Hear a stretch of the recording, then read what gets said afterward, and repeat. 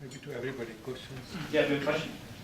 Uh, Cognovision was your first baby. Yes. Right? Speak And loud. it was something that you nurtured, you made it develop, and within a very short span. So, wasn't it difficult for you to part with it? Like, I mean, it was a celebration of your idea, but also it was something near and dear to you. Right. It's just like when children go away to universities. Yeah, so the question essentially is, was it difficult to part with Cognivision? Absolutely.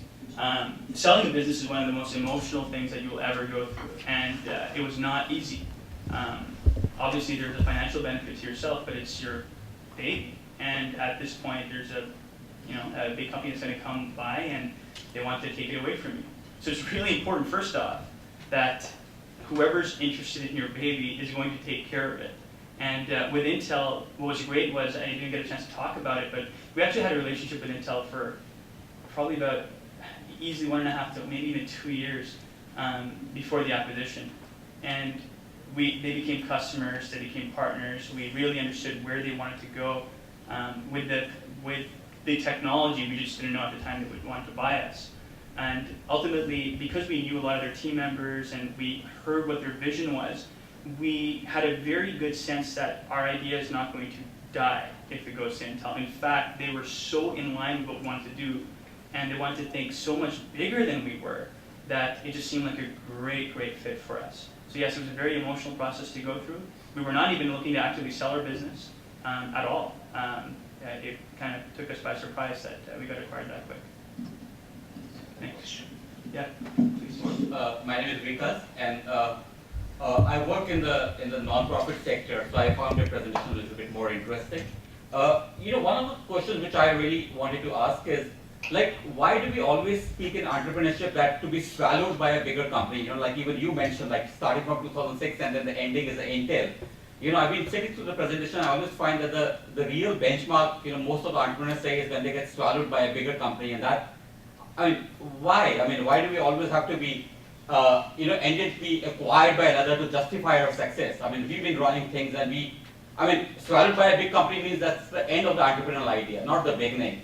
So, I think there should be a different recommendation to actually continue with the idea to go to the next phase. Sure. I wouldn't define an exit as the only success by any means. You could be looking to be acquired. You could be looking to go public. We weren't even looking to be bought. We were looking to grow our business profitably. And at the time, I think there's a lot of different factors that come into play. For example, I was 28 years old at the time, and taking a look at this one event that could take place, some sort of whatever it would be. Our potential exit opportunity was this notion of being acquired by Intel, and what it would potentially mean for the trajectories of our lives. What could it mean for us? So the decision in itself is not by any means, a financial success decision. Success in itself has many different meanings to it, and I do think first and foremost, if you're able to grow your business and you never ever want to be acquired and you can keep it your own, that's great. But success is relative. For others, maybe they're looking for an exit, maybe they're looking to go public, maybe they're serial entrepreneurs who want to move on to a next venture because now they're bored of what they're doing. You never know, right? So by no means, I don't think what we're trying to communicate over here as speakers is you have to get swallowed by a bigger company. Not at all. You need to figure out what is successful for you and pursue that. And for some, you just never realize sometimes what type of opportunity will come knocking. And when it does come knocking, like it did for us, to do your homework. Try not to be emotional in the decision-making process. Try to take a few steps back and figure out, is this right for us? Would this be, like one of my earlier questions was, am I happy? Am I following my heart? And honestly, ask yourself that question when you're in a situation like that. Am I following my heart? And it was very, very difficult because following our hearts, if that's what we wanted to do, meant essentially detaching ourselves emotionally somewhat from our entrepreneurial venture to kind of go down this path. And after a lot of thinking with the founders and our advisors, we decided that that was the right path for us. But yeah, different paths and different successes everything will be different depending on the individual. Would any of the other panel members would like to join the issue? Reply to this question? Or shall I move to next question? Because we're running out of time, I'll just take a few quick questions. Very quickly. What is your next business idea? Right now, I think our team's focus is definitely growing within Intel, and they've been just absolutely awesome to us. And ultimately, I think what we're pretty open with is if we're ever not happy anymore and what we're doing is not exciting anymore, at that time we start thinking. But I don't have one. Thank you so much. I like your presentation. Thank you. You can ask the question to any of the panel members as well. Thank you. It's just a comment that I wanted to make. I've been in somewhat the same situation where I had a product and I had to decide what I was going to do with it. And I asked myself the question, do I own the product or does the product own me? And once I answered that for myself, then my path was pretty clear. But that was one way of trying to be objective about what was happening. Sure. It's an interesting viewpoint. My name is Venkatesh. I'm the president of the IIT Alumni Association. I had a general question for all of the panel members.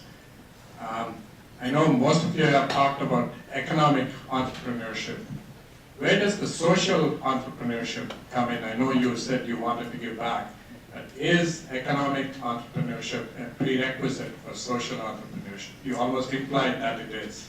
No. This is an open question to all the panel members. The session you are entering is a result of social entrepreneurship. I'll quickly comment on that. My personal viewpoint is that commercial enterprise helps me personally get more involved with social enterprise. That's just my personal viewpoint. There's so many different ways to do this. Certain people want to go ahead and start from a social entrepreneurship standpoint.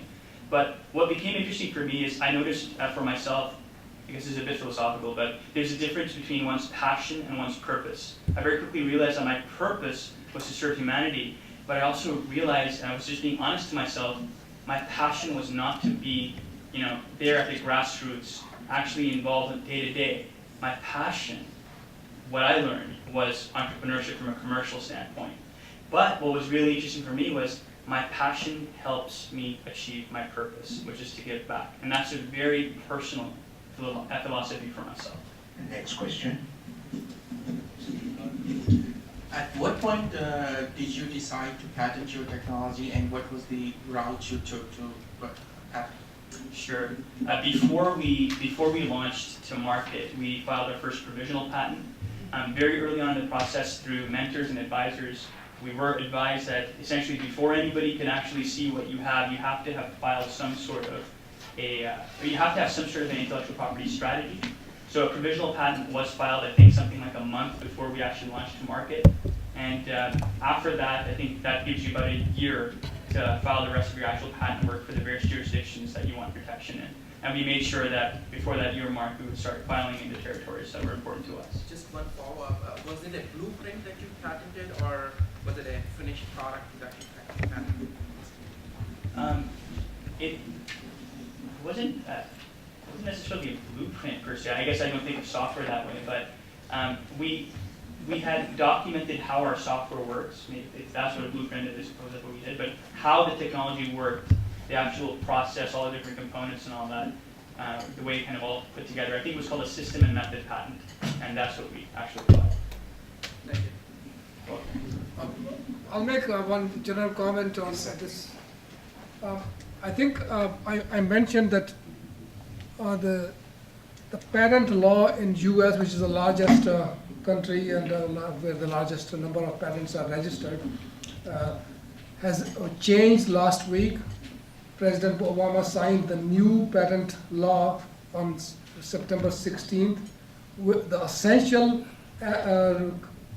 piece of that law is that you don't have to have a product or implementation of your idea before you can patent it. You can simply, if you have an idea, you can patent the idea, and it is the the date on which the licensing and everything else will emanate will be the date when that idea was disclosed to the marketplace. So the suggestion that therefore is that if you have a unique idea and have not implemented it and are not sure whether it's going to work or not, whether it's implementable or not, just patent the idea, because somebody else may take that idea and actually create a product out of it, but then that person will have to license that idea from you. Thank you, that's exactly what I was. Yeah, I'll have Rafiq say something on this. Sorry, so we have another question, but Yes. One here. okay. He's responding to this question. Yeah, just Come to you. Arun, wonderful, excellent presentation and great passion. I wanted to address the question of social entrepreneurship. And I found, at least from lots of experience, both at Xerox and Palo Alto and the like, that if you have an idea which will enable the masses to do the things which only the specialists used to do, you really have the seed of a big business social entrepreneurship idea. For instance, YouTube made everybody is producer. Digit made everybody a reporter, which is only the specialists used to be. But any sort of idea which will make the masses to be able to do what the specialists used to do is really you're on the right direction to create sort of a social entrepreneurship business.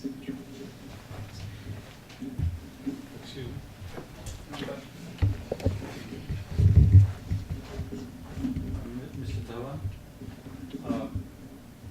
I have a question regarding this idea and patent. I'm just a little bit confused.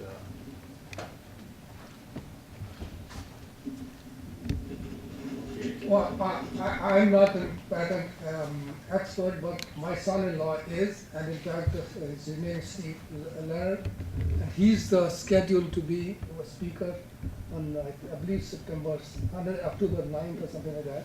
Okay. He will explain to you the change, what stage the idea should be patented. But what I read in the press about this new law is that you should patent your idea as early as you can describe what your idea is. You just file it.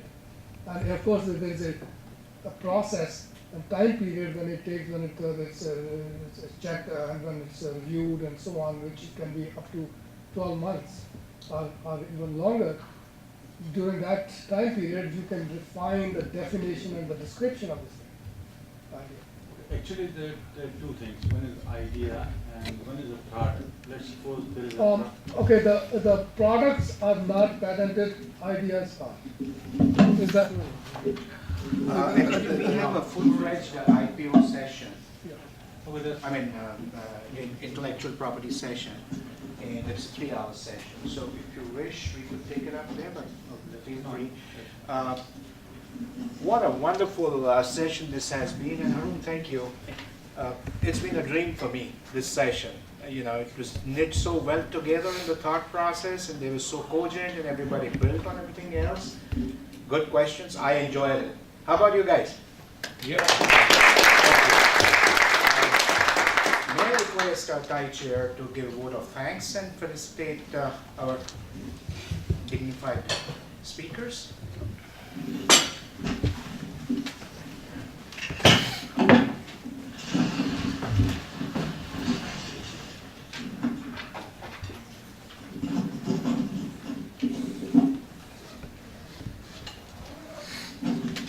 Thank you, everyone. And most importantly, our online viewers. We have 68 views at the moment. Fantastic. I think we are making up for what we lost last time. And thank you all for being here. And if I can ask Suresh Madanji to please come forward and help us distribute a token of our appreciation. And in the Institute's tradition, like any institute, we look for your attendance. So please do fill up the attendance form with your signatures. And we are collecting some data points in terms of the profile, so that way we can continue to do better. And most importantly, it is your feedback that will help us to direct the future of this program. If I can request Dr. Rafiq Lutfi to come forward.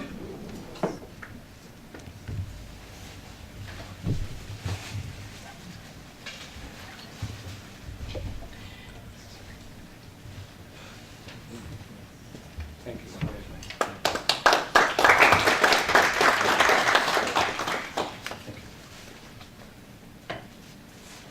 Mr. Kamar Rizvi.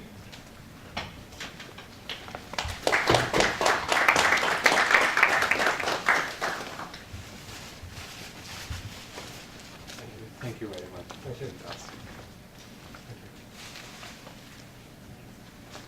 Mr. Chandar Dhawan.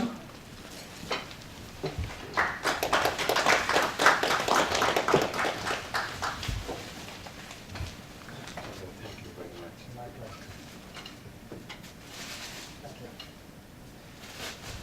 And finally, Harun Mirza.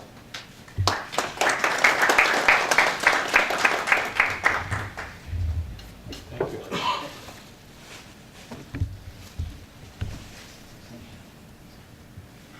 So with this, we would like to close this session with a thought that I had in mind. The beginning of Tide was essentially started by few people who have done well for themselves and in the spirit of giving back. And as we experienced today, our founding fathers were here to give back again.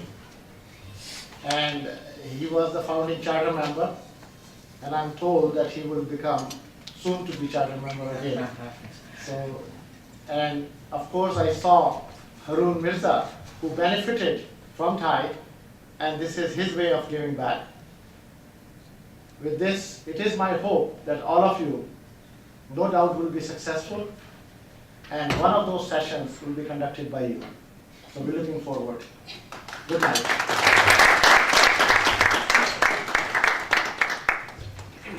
The next session is on October 6th. It's on business plan, how to make an effective business plan for funding as well as for operational excellence.